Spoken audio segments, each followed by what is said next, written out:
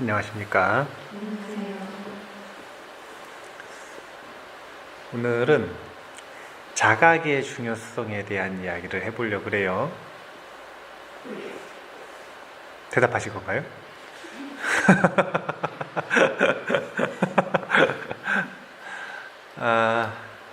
이 자각의 중요성에 대한 이야기가 이제 자각이라고 하는 단어를 깨어있음의 용어로 쓰기도 하는데, 그 용어 말고 자기가 뭘 하고 있는지를 아는 거, 이걸 왜 하고 있는지를 아는 거, 이걸 지금 자각이라고 개인적으로 표현을 했습니다. 자각이 중요한가 안 중요한가는 우리가 딱 한 가지만 생각해 보면 돼요. 예를 들어서 그게 뭐냐면, 자, 경제활동이라고 하는 건 왜 하죠? 돈 벌려고 하는 거죠. 이런 자각이 있어야 되잖아요. 그러면 돈을 버는 행위를 경제활동이라고 합니다. 그러면은 돈을 벌기 위한 방법이 있을 거 아니에요. 그러니까 경제활동의 방법이 있을 거 아니에요. 경제활동이라고 하는 건 그 모든 방법들의 목적이고, 더 큰 상위 카테고리고, 그 상위 카테고리의 목적을 이루기 위한 수많은 수단이 있을 거 아닙니까? 그런데 자기가 경제활동의 방법 그 무엇인가를 배워서 경제활동을 하기 위해 배우고 있었는데, 자각이 없으면 어떤 일이 벌어질 수 있냐면, 경제활동 방법, 이것을 하면서 돈을 잃을 수가 있어요. 자기가 돈을 벌기 위해서 경제활동을 한다라고 하는 자각이 없으면, 사실은 많은 사람들이 본인이 경제활동의 방법으로서 무엇인가를 배우고 있었음에도 불구하고 본래 목적을 잊어버려서 사실은 돈을 벌지 못하기도 하고 잃어버리는 경우도 생각보다 많아요. 이제 자각의 중요성에 대한 이야기를 하려고 할 때 이런 질문과 맞닿아 있습니다. 이런 질문을 받는 경우도 있고 못 받는 경우도 있을 수가 있어요. 그게 뭐냐면, 나는 수행자인가?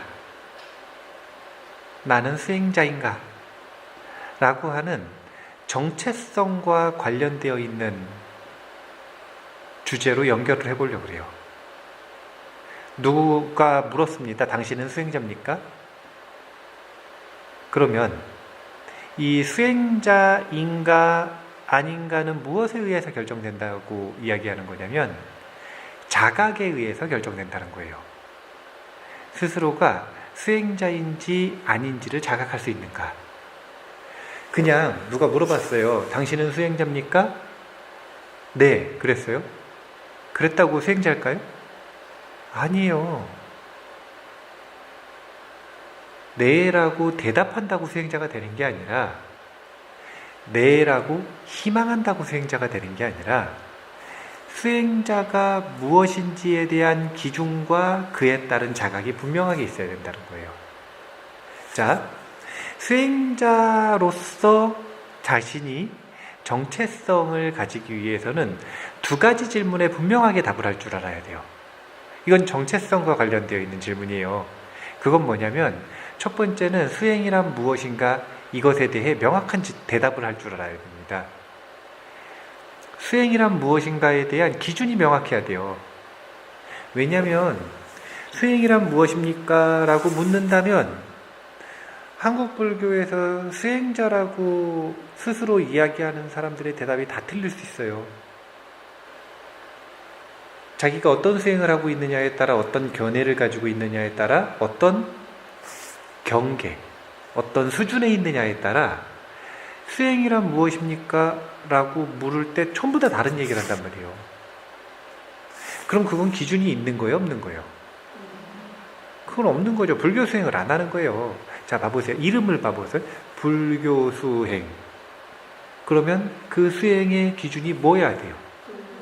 불교. 부처님의 가르침이어야 될 거 아니에요. 부처님은 수행을 정말 간편하게 표현을 하셨어요. 부처님께 수행이란 무엇인가? 그것은 탐진치가 적어지고 사라지고 탐진치로부터 자유로워지는 것.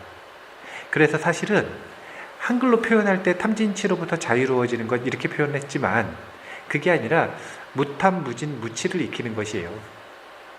무탐, 무진, 무치를 익히는 것. 이것이 수행이에요. 그러니까 경제활동의 목적이 돈 버는 것처럼 수행의 목적은, 수행은 탐진치를 줄이려고 하는 거예요. 그런데 사람들이 이 자각이 없으면 어떻게 되냐면, 뭐하고 헷갈리냐면 경제활동과 경제활동 방법이 헷갈리듯이 수행과 수행법이 헷갈리는 거예요. 그래서 수행법 그 자체가 수행인 줄 압니다. 수행과 수행 방법을 분명하게 구분할 줄 알아야 되는데 이를 잘 구분하는 예가 그런 예예요. 어떤 예냐면 옛날에 유명한 선사가 이제 요즘에는 산중에 살아도 겨울에 굶어 죽지는 않잖아요. 택배는 안 올라와도, 산중에 살아도. 근데 예전에는 산중에 살면은 쌀 떨어져서 굶어 죽기도 하고, 오세암 그 영화 봐보세요. 쌀 떨어져서 죽기도 하고, 땔감 떨어지면 얼어 죽기도 하고. 그런데 산중에서 수행을 하는데 땔감이 떨어진 거예요. 비구들이 수행을 하는데. 근데 젊은 비구들이 이제 얼어 죽게 생겼어. 그러니까 그 절의 제일 노스님이 갑자기 저기 부처님 좀 모시고 내려오라 그랬어요. 법당에 모셔져 있는 부처님 있잖아요. 모시고 내려오라고. 그러니까 모시고 내려왔어. 그러니까 도끼로 쪼개버린 거예요. 그래가지고 불쏘시개로 썼대요. 그러니까 젊은 비구들이 아니 어떻게 부처님을 그렇게 쪼개가지고 태우느냐고.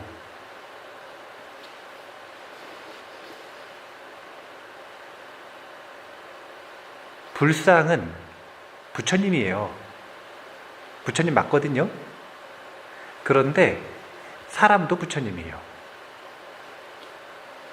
그래서 불상을 존중하는 것, 이것도 수행법이죠. 이 수행법에 매몰되어 있는 사람에게는 아마도 그 선사의 행위가 신성모독일 것이라. 신성모독. 화형당할 수도 있어요. 신성모독. 그런데 본질을 꿰뚫어 볼 줄 아는 사람에게는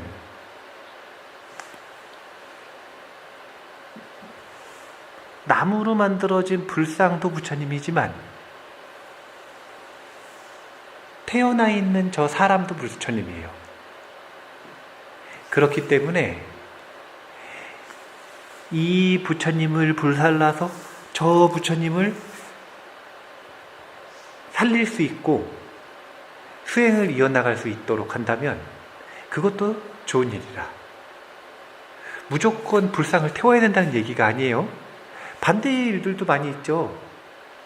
스님들이 본인의 육신을 그 무슨 공양이라 그래요? 연비 해가지고 소신 공양하는 경우도 있잖아요. 본인의 몸을 태워서. 반대의 경우도 있어요. 중요한 건 그 무엇인가 자신이 이것이 중요하다, 이것이 진리다, 이것을 해야 한다, 이런 것들에 사로잡히고 매몰되면 매몰되는 순간 탐진치를 줄이려고 하는 수행이 탐진치를 증폭시키는 원인으로 바뀐다는 거예요. 아까랑 똑같은 패턴인데 경제활동을 하려고 방법을 했는데 돈은 점점 없어져. 많이 써서 없어지는 게 아니라 돈을 아예 못 버는 경우도 많아요. 돈을 그냥 계속 쓰기만 하는 경우도 많아요. 본래 목적을 잊어버렸기 때문에. 그래서 본인이 수행자인가 아닌가 이것을 알고 싶다면 첫 번째는 수행이 무엇인지를 분명하게 알아야 돼요. 그것도 불자에게 공통되게 적용될 수 있는 기준을 가지고, 다른 게 아니라 무탐, 무진, 무치를 익히는 것이 수행이다. 그리고 두 번째는, 그렇게 해서 당신은 어떤 수행을 합니까? 라고 말할 때 자신 있게 대답할 수 있는 단 하나의 수행이 있어야 한다. 그러니까 첫 번째, 수행이 무엇인 줄 알아야 되고, 두 번째, 스스로 어떤 수행 방법을 하고 있는지 명확한 자각이 있어야 된다는 거예요. 수행 목적에 대한 자각이 있어야 되고, 그 다음 두 번째, 자신이 어떤 수행 방법을 하고 있는지를 정확하게 자각을 하고 있어야 된다는 거예요. 이 두 가지가 있을 때 그 사람을 뭐라고 하냐면 수행자라고 한다.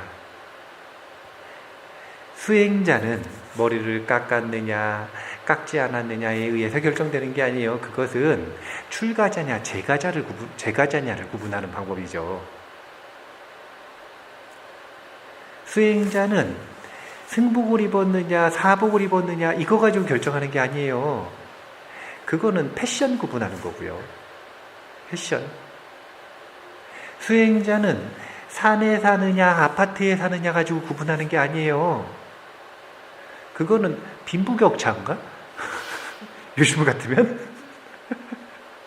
그런 엉터리 기준들을 가지고 하는 게 아니에요.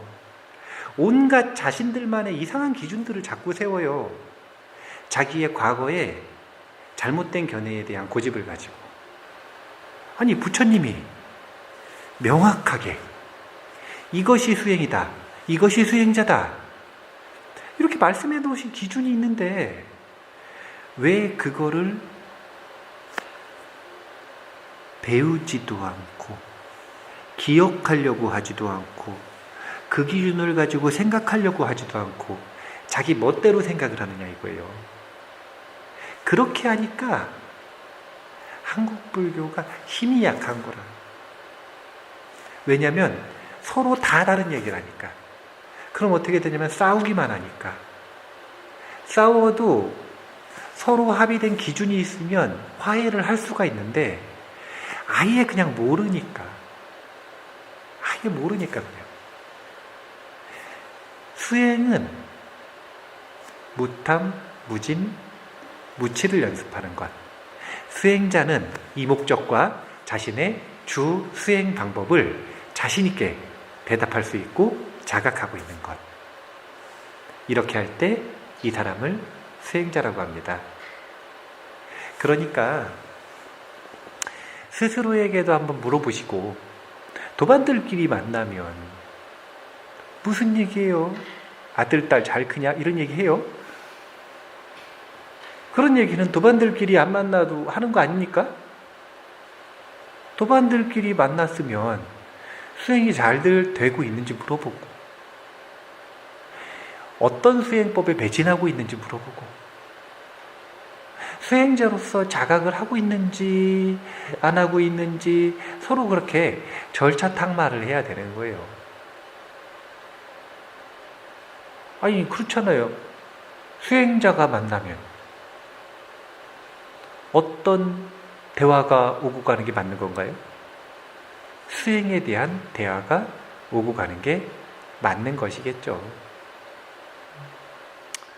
물론 맨날 만나면 어떻게 맨날 또 수행에 대한 얘기만 합니까? 그러면은 할 얘기가 많이 없으니까 결국 입만 닫게 되는데, 그러면 또 이제 도반으로서, 수행자로서 도반으로서의 그것도 있지만 그거 말고 다른 관계로도 또 형성이 되니까 다른 주제 얘기를 할 수도 있죠.